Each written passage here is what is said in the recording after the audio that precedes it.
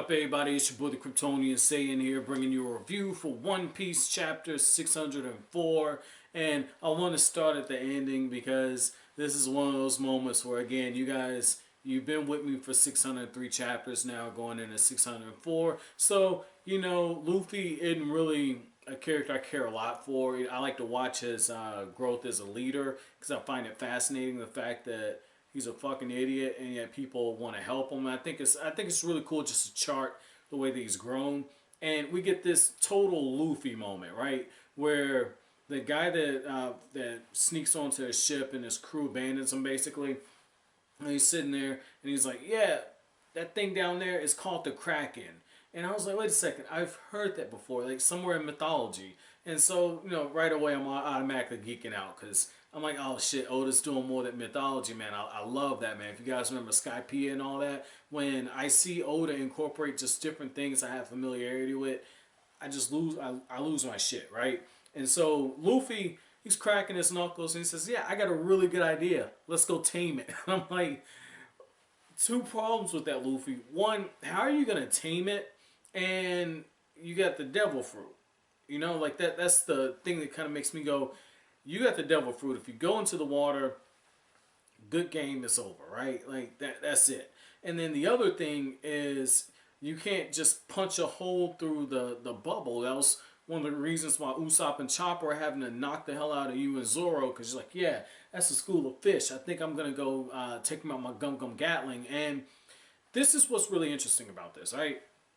Is Luffy looks at it and I'm like, they have to remove this thing. It's an obstacle, you know, and it's very hero's journey like, where the stakes get raised. And you know, in a series like One Piece, you know, one of the things that I have been told, and I disagree with it, you know, I feel like I'm far enough along with it. You know, same friend that was getting me into One Piece before I started just telling me little tidbits like, yeah, you're gonna love Doflamingo, you're gonna love Blackbeard. Like, it was like one of the problems is One Piece, some people say that the stakes really aren't there.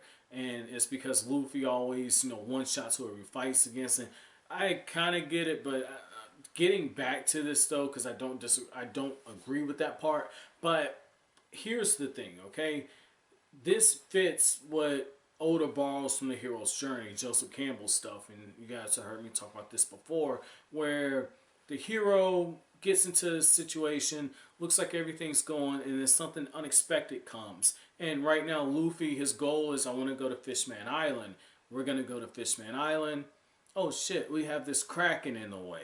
And so getting to Fishman Island just seems that much more impossible. But part of the joy of following a character that's on the hero's journey is to watch how they overcome the obstacles that are in front of them. And in some cases, to watch them fail. Like when Luffy failed to save his brother Ace. But at the same time, we watched him come out of it, and it looks like Luffy's come out a little bit wiser, oh, a whole hell of a lot dumber, but at the same time, he's come out more powerful. And so this would be a great opportunity for us to get another glimpse of what Luffy can do. I mean, we've seen it. I mean, we've seen him just use Supreme King Haki, look at the dude, make him fall down. We've seen Luffy maybe use Observation Haki where he dodges a point-blank attack. I mean, just little small things. Little small things. So we've gotten hints. And so, just speaking of hints, I like how Luffy says, hey, Zoro, where'd you get thrown to? And Zoro says, well, about that. And this is my thing, okay? I might have missed something, but I don't recall anyone saying outside of Sanji. And I think this is going to be big because the way Oda writes shit. Outside of Sanji, I don't recall anyone noticing, hey, Zoro, you have this cut across your eye. What the fuck is going on? And the reason why I'm saying that is, you know, Sanji and Zoro, like, they're pretty cool, okay? Like, they're like brothers. At the same time, they bicker back and forth, a little rivalries there, and yet it works. And when Sanji is made aware of the fact that that Zoro has a cut, right? He's like, yeah, that guy, but he's one-eyed. And then Sanji says, okay, here's a wanted poster. It wouldn't happen to be this guy, would it? So Sanji takes notice of this, okay? But again, I don't remember anyone else saying this, and that's pretty damn telling. They haven't seen each other for a few years now. And no one says, Zoro, what's going on with your eye? And so at first I was going, well, you know, maybe somebody bring this up later on. But then you have Luffy asking Zoro, where'd you get thrown to? And then Zoro says, yeah, about that. And it's just like, Oda's just dangling something out there. And the way that he writes, we're probably not going to find out for another 300 fucking chapters. But it's just something there. So now I got to keep my eyes on this. And watch it be just my luck. You know, someone says, hey, Zoro, what happened to your eye, buddy? You want Chopper to fix that up? You want to do a little snip, snip, a little rub, rub there? And all of a sudden Zoro's eye gets fixed. I mean, that's one of the problems with kind of reading this and not knowing what the fuck's gonna happen. And yet I got the volumes. I'm itching to find out. And at the same time, like, I'll be recording these and I'll say, yeah, I think this is gonna happen. And then Oda turns around and just does something different. Or I say, yeah, this could happen. And then 20 chapters later, another development happens. And it's like, oh, okay, this is gonna be true. So I mean, this is going to be interesting to kind of chart that. Now, another thing I thought was pretty interesting about this chapter is you got Sanji, right? Like, my dude, like, when you say simping, right? And for those who don't know what a simp is somebody, literally somebody that idolizes mediocre pussy, okay? So, you know, Sanji, you know, like, he's simping over Nico Robin all over the damn place, right? Like, he done that shit ever since he saw Nico Robin. But see, when it come to Nami, though, right? See, Sanji, a light bulb went off in his head. He said, wait a second. You got this snaggletooth looking motherfucker making eyes at Nami. He just kicks him in the face.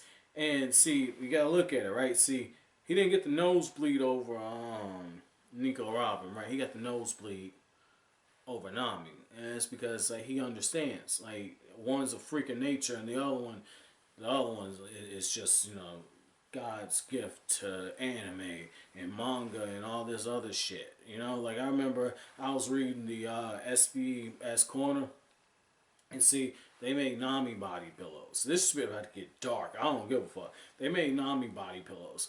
But all them kids over in Japan, they didn't want any Nico Robin body pillows because they were like, yeah, if I'm going to do some nutter butter busting action, I'm going to do it with the hottest chick in One Piece. I ain't going to do it with the throwaway chick. So it is what it is. You feel me? Now, they might have made some after effect, and that's because, you know, they might have got tired of, they needed somebody to pump and dump into.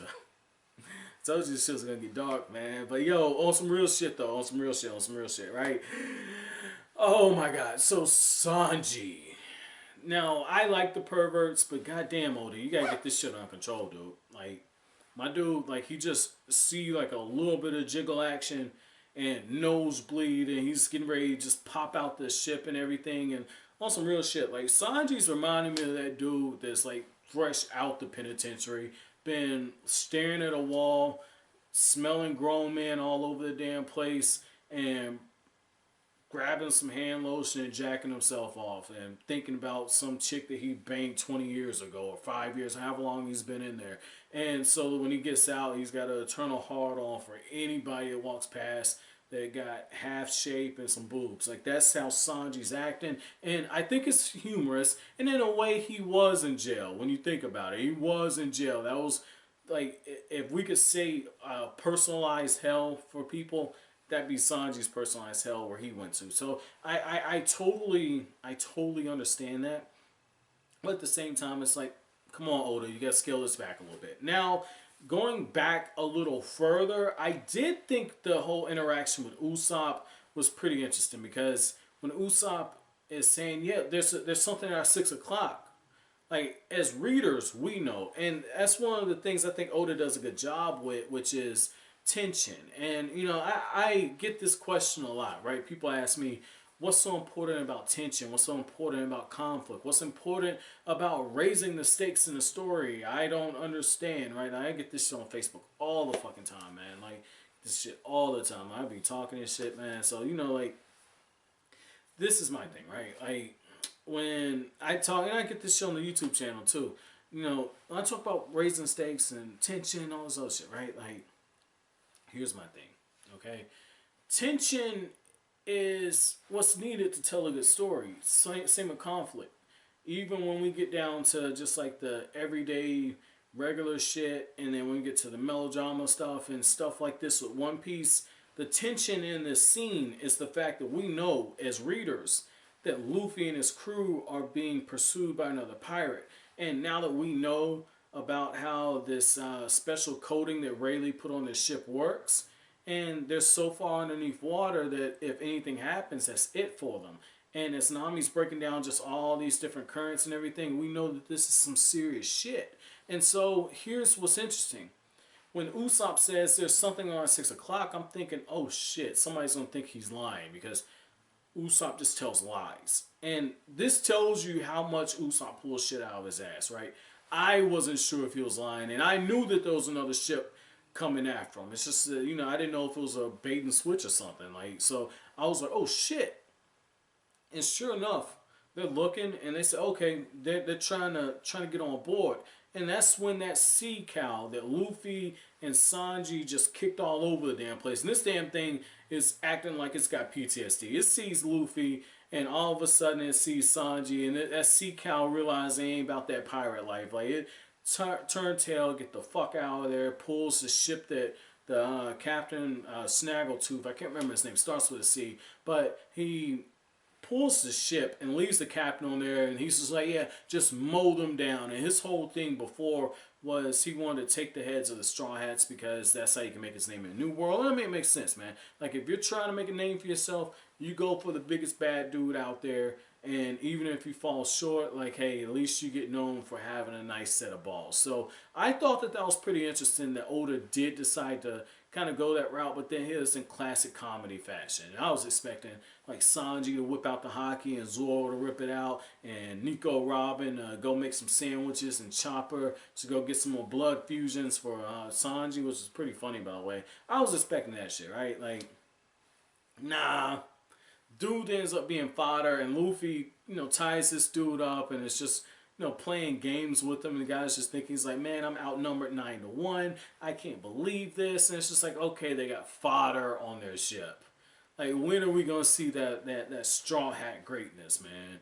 Like, I want to see something like how when they took on Oars and they all kind of teamed up, even though it was kind of Luffy inside of Oars, I just want to see a Straw Hat greatness. I want to see them team up, but at the same time, I get where Oda's doing this. Like, they got to have the fodder because it's been so serious with what happened with Marineford and the flashback with Ace and Luffy and Sabo. So we got to get the silly stuff, right? We're long overdue for it. And that's one of the beauties of reading the chapters where Straw Hats are interacting is some of the best chapters are when the Straw Hats are interacting. And I can understand, especially for you guys that read weekly, it probably gets on your nerves because you're like, oh shit, nothing really happened. When you look at it critically and say, we open up the chapter with Luffy joking around and etc., and we ended the chapter with them saying they want to go here, but nothing really happened. But I love character interactions. I think it's an integral part when it comes to writing,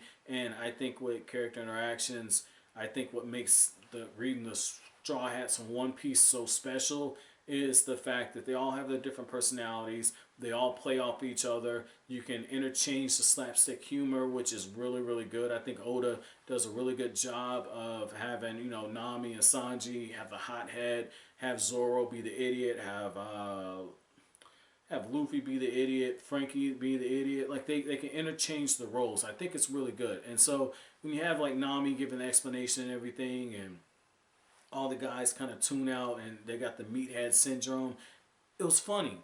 And for her to make the face where she's got the fangs and the teeth and eyes just popping out and she's calling them idiots, I love that. The only thing, right, and I'm still waiting to see how Oda kind of handles this, is Nico Robin kind of chirps in, but I feel like she's retreating a little bit too. And at the same time, it's nothing like with Water 7. It's nothing like Water 7. So what I'm starting to wonder is, I think Water 7 was done intentionally, but at the same time, I'm wondering if maybe Nico Robin is a little hard for Oda to write, because we get little small quirks from her, saying like, yeah, this is so beautiful. This is better than being on a submarine. Like, we get little small things from her, but at the same time, it's just like, I want to see more of the personality. That's part of why I kind of crack the jokes on Nico Robin. I know that, you know, some of you guys, like, you're Nico Robin fanboys and everything, so it's my way of trolling you. But at the same time, I crack the jokes because I want to like her. Like, on some real shit. Like, I really want to like her. I think she's got a great backstory. I think that she had a really great arc in Water 7. But it's just like I'm looking at it in Annie's lobby. I'm looking, I'm like, damn, I want more. Like, for a while, we saw her coming out, and I feel like she's kind of gone back in. And I can kind of understand it, though, because we haven't had that many chapters since the time skip. So maybe I'm just jumping the gun on this. So overall, this is a pretty good chapter. But my chapter question for you guys is, what are your thoughts about the Straw Hats interactions, about how even though they had 2 years apart, 2 years and 3 days apart basically, that they've still managed to pick up where they left off? And in your own personal life, who do you have where you can kind of fall out of touch with and then get back in conversation with them like nothing happened? But as always, guys, if you like anything I had to say, don't forget to comment, rate, subscribe, share. Thank you so much for watching, guys. Have an awesome day.